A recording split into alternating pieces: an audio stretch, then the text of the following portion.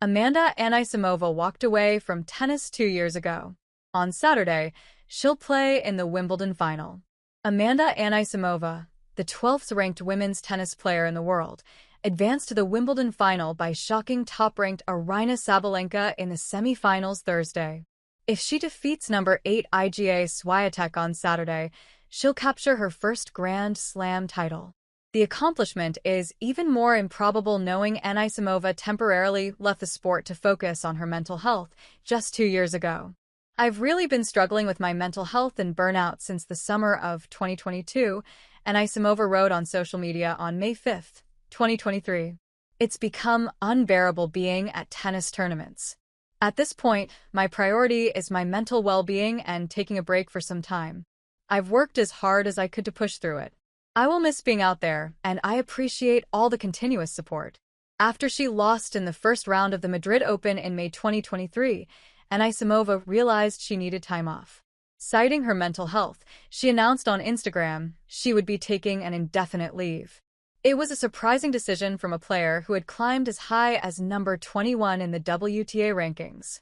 In 2019, Anisimova appeared in the French Open semifinals at only 17 years old, the youngest woman to advance that far in a major since 2006. At Roland Garros that year, she beat reigning French Open champion Simona Halep, as well as Sabalenka. In 2022, she reached the fourth round of the Australian Open, defeating defending champion Naomi Osaka in the process. Later that year, Anisimova also reached the quarterfinals at Wimbledon, and in that tournament, she upset rising American star Coco Gauff. But despite the success, Anisimova said by May of the following year that she was feeling burned out and needed to step away. She took refuge in passions outside of sports, including a love of art. "I picked that hobby up when I was struggling with my mental health," Anisimova told Olympics.com last month. "It was definitely something that I really enjoyed off the court for a few hours to reset my mind and put something creative into the world. It was special to me, and it felt like I was doing something other than tennis," she added. "It was nice to have a few interests outside of tennis." Anisimova returned to competitive play at the Auckland Open in January 2024 and has been slowly but surely climbing back up the ranks since. At the 2024 Washington Open, she reached the quarterfinals of a tournament for the first time since 2022, beating Sloane Stephens in the tournament. At the Canadian Open that year, Anisimova reached the final, beating Sabalenka along the way. Her performance put her back in the top 50 of the WTA rankings, an improvement of more than 80 slots after she was ranked 132nd.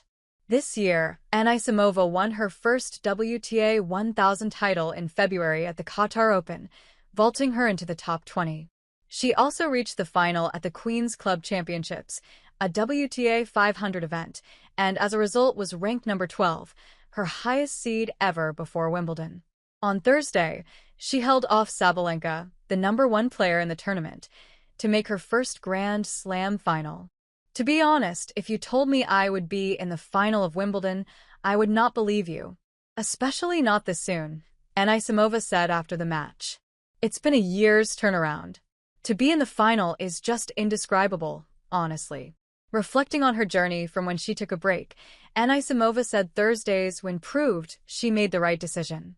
"A lot of people told me that you would never make it to the top again if you take so much time away from the game," she said.